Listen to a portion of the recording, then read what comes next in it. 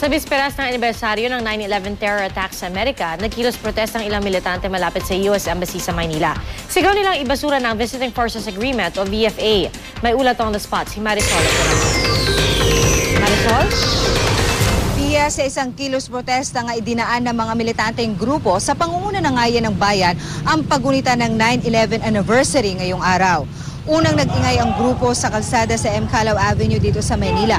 Kanilang sigaw, ibasura ang VFA o Visiting Forces Agreement. Kaya bumagal ang daloy ng mga sasakyan. Matapos mga lampag ng marcha ng grupo, hawak ang streamer na may nakasulat na US Troops Out, junk the Mutual Defense Treaty and Visiting Forces Agreement.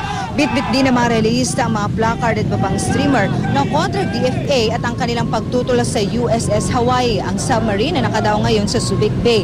Target sana ng grupo na makarating sa US Embassy. Pero hindi pa man sila nakakalayo, hinarang na sila ng mga pulis mula sa District Public Safety Battalion.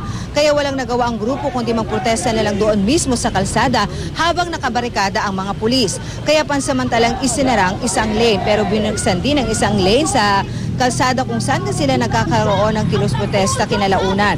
Ayon sa mga relihista, ang pagpapadala ng warship at spy plane ng Amerika dito sa bansa ay nagpapatunay lamang sa hangarin ng US sa Pilipinas.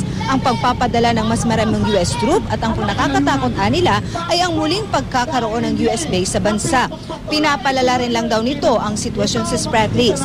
Hinayaan naman sila ng mga pulis na magprotesta kaysa naman daw makalusot papuntang embahada.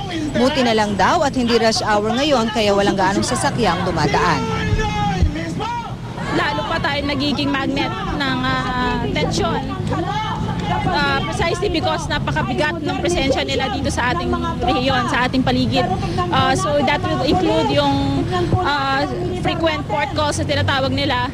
Butit na ganitong oras o hindi pa rush hour, kaya okay naman po yung traffic maganda pa naman po yung ng traffic po.